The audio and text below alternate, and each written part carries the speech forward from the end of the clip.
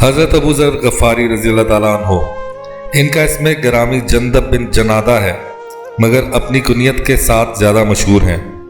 بہت ہی بلند پایہ صحابی ہیں، اور یہ اپنے زہد و قناعت اور تقوی عبادت کے اعتبار سے تمام صحابہ کرام رضی اللہ تعالیٰ عنہم میں ایک خصوصی امتیاز رکھتے ہیں۔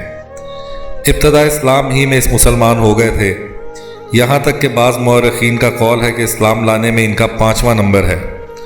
انہوں نے مکہ مکرمہ میں اسلام قبول کیا، پھر اپنے وطن قبیلہ بنی غفار میں چلے گئے، پھر جنگ خندق کے بعد ہجرت کر کے مدینہ منورہ پہنچے، اور حضور صلی اللہ علیہ وآلہ وسلم کے بعد کچھ دنوں کے لیے ملک شام چلے گئے، پھر وہاں سے لوٹ کر مدینہ منورہ آئے اور مدینہ منورہ سے چند میل دور مقام ربضہ میں سکونت اختیار کر لی۔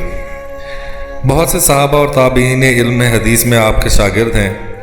حضرت عثمان غنی رضی اللہ تعالیٰ عنہ کی خلافت میں بامقام ربضہ 32 ہجری میں آپ نے وفات پائی۔